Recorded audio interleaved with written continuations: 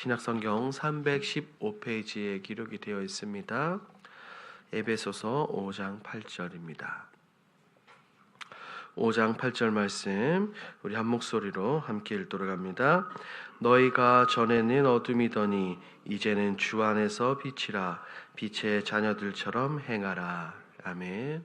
오늘 본문의 배경은 바울이 성도들에게 어둠에서 빛으로 부름받은 자로서의 새로운 행동, 새로운 삶, 새로운 정체성을 상기시키며 그에 걸맞는 삶을 살도록 권면하는 부분입니다.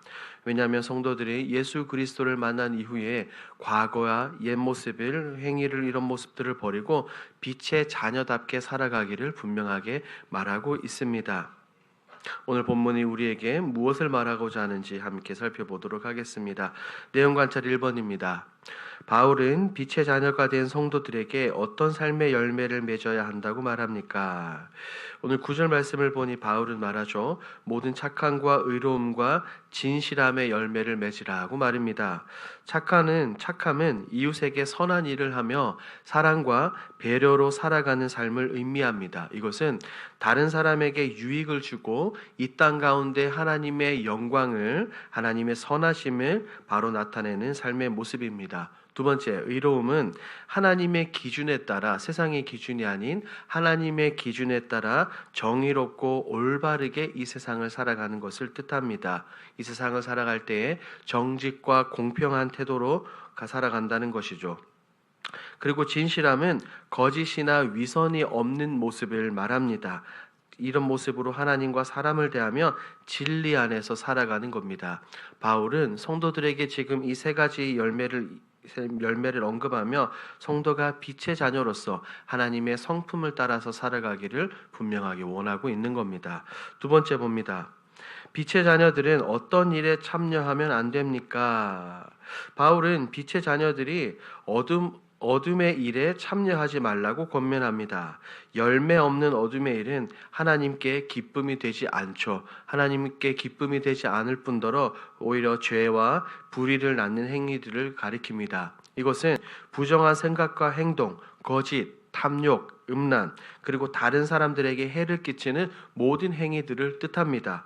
이러한 행동들은 하나님의 뜻과 성품에 어긋날 뿐 아니라 결국 성도 개개인과 그리고 교회 공동체에 해를 끼치기 때문에 바울은 이런 일을 경고하고 있는 겁니다. 바울은 그래서 이야기합니다. 빛의 자녀들이 이러한 어둠의 일에 무관심하거나 방관하지 말고 오히려 책망함으로 그것을 드러내라고 말입니다. 성도가 단지 죄에서 떠나는 것에 그치지 않았고 빛의 자녀로서 세상에 하나님의 영광을 드러내기 위해서 이런 책망은 반드시 필요합니다. 이 부분은 우리 연구와 묵상에서 조금 더 살펴봅니다. 연구와 묵상입니다. 바울은 왜 성도가 열매 없는 어둠의 일에 참여하지 말고 도리어 책망하라고 말합니까? 성도가 빛의 자녀로서 하나님의 거룩함과 진리를 세상 가운데 나타내며 세상 속에서 변화와 회복의 도구가 되어야 되기 때문에 바울은 이것을 권면합니다. 몇 가지로 정리해 볼까요? 첫 번째, 열매 없는 어둠의 일은 무익하고 파괴적이기 때문입니다. 어둠의 일은 잠시 살펴본 것처럼 하나님께 기쁨이 되지 않을 뿐만 아니라 성도와 이 교회 공동체에 큰 해를 끼칩니다. 이런 행위는 하나님이 원하시는 열매를 맺지 못하며 죄와 불의를 오히려 확산시키는 영향력을 끼치죠. 그렇기 때문에 이런 어둠의 일에 동참하지 말고 하나님의 뜻에 어긋난 행위를 멀리해야 하는 겁니다. 두 번째, 성도는 빛의 자녀로서 마땅히 어둠을 물리치고 하나님의 영광을 드러내야 합니다. 빛의 자녀로 부름받은 성도는 어둠 가운데서 빛 대신 하나님, 빛 대신 진리를 비치며 세상에 하나님의 영광과 하나님의 선하심, 하나님의 성품을 밝히 드러내야 합니다.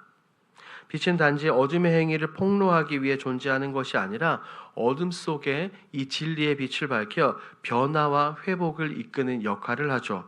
바울은 성도가 세상 가운데서 이러기를 원했습니다. 세상 가운데 하나님의 빛을 나타내어 어둠의 행위를 책망함으로써 그 행위가 잘못되었음을 깨닫게 하고 회개로 이끌기를 원했던 겁니다. 세 번째, 빛은 어둠을 변화시키고 새롭게 하기 때문입니다.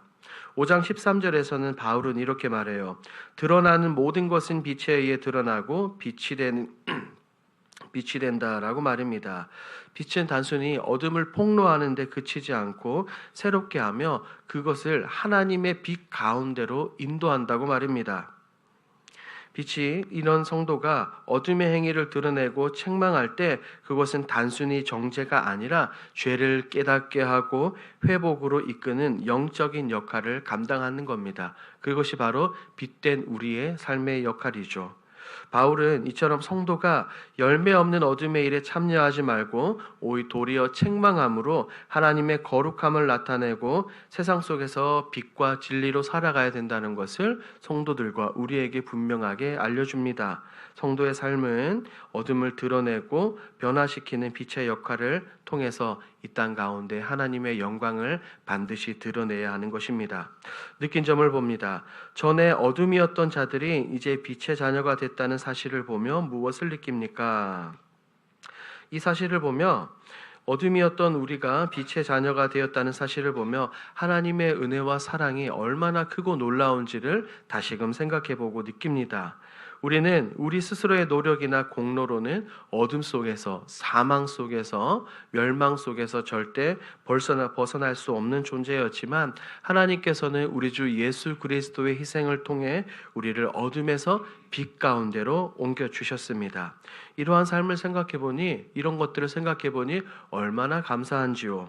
이 말씀은 우리의 변화가 단순히 외적인 것이 아니라 우리의 존재 자체가 완전히 180도 바뀌었다는 것을 의미합니다. 존재가 새롭게 된 것이죠. 더 이상 우리는 어둠에 속한 자가 아니라 하나님의 빛 안에서 살아가는 존재로 불러주셨던 겁니다. 우리에게 주어진 새로운 정체성과 소명을 더욱더 깊이 묵상하고 생각해 보게 되는 겁니다. 더불어 빛의 자녀가 된 우리가 단지 내가 하나님께 이 모든 은혜와 사랑을 받는 데 그치는 것이 아니라 나의 삶을 통해 하나님의 빛을 드러내고 어둠 가운데 있는 자들에게 소망과 빛과 회복의 아이콘이 되어야 된다는 것을 생각해 봅니다. 이 사실은 큰 감사와 함께 하나님의 부르심에 합당한 삶을 살아야 되겠다는 이런 책임감을 느끼게 합니다. 우리 적용을 봅니다.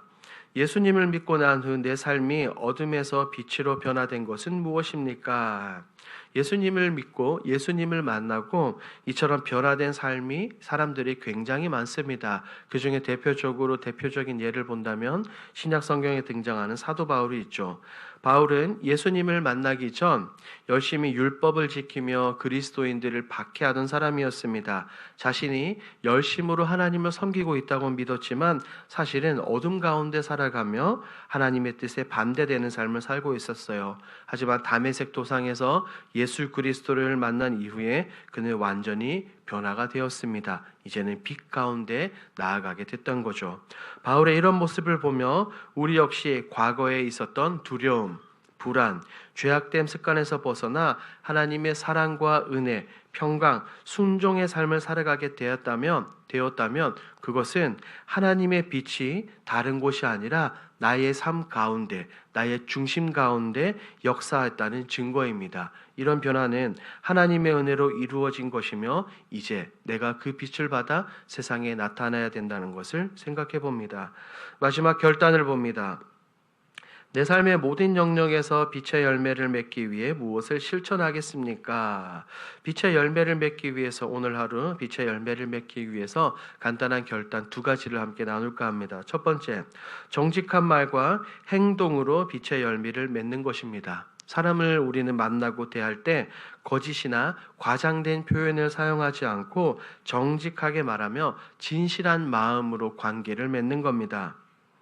오늘 하루를 마무리할 때 나의 말과 행동이 진실했는지를 스스로 점검하고 때로는 부족하거나 잘못된 부분들이 있다면 말씀을 붙들고 엎드리며 회개하고 다음 날은 더욱더 빛의 자녀로 살아가도록 노력해야 되는 겁니다. 이것이 바로 우리 그리스도인들의 모습이죠.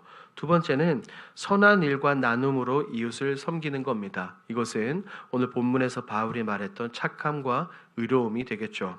주변에 도움이 필요한 사람들을 의도적으로 살피고 선한 일이나 나눔을 통해 하나님의 사랑과 은혜를 실천해 보는 것입니다. 우리가 지금 주일에 순모임을 계속하고 있지 않습니까? 순모임을 하며 말씀을 나누고 삶을 나누는 가운데 어려움을 겪는 아픔이 있는 사람들이 있을 수 있습니다.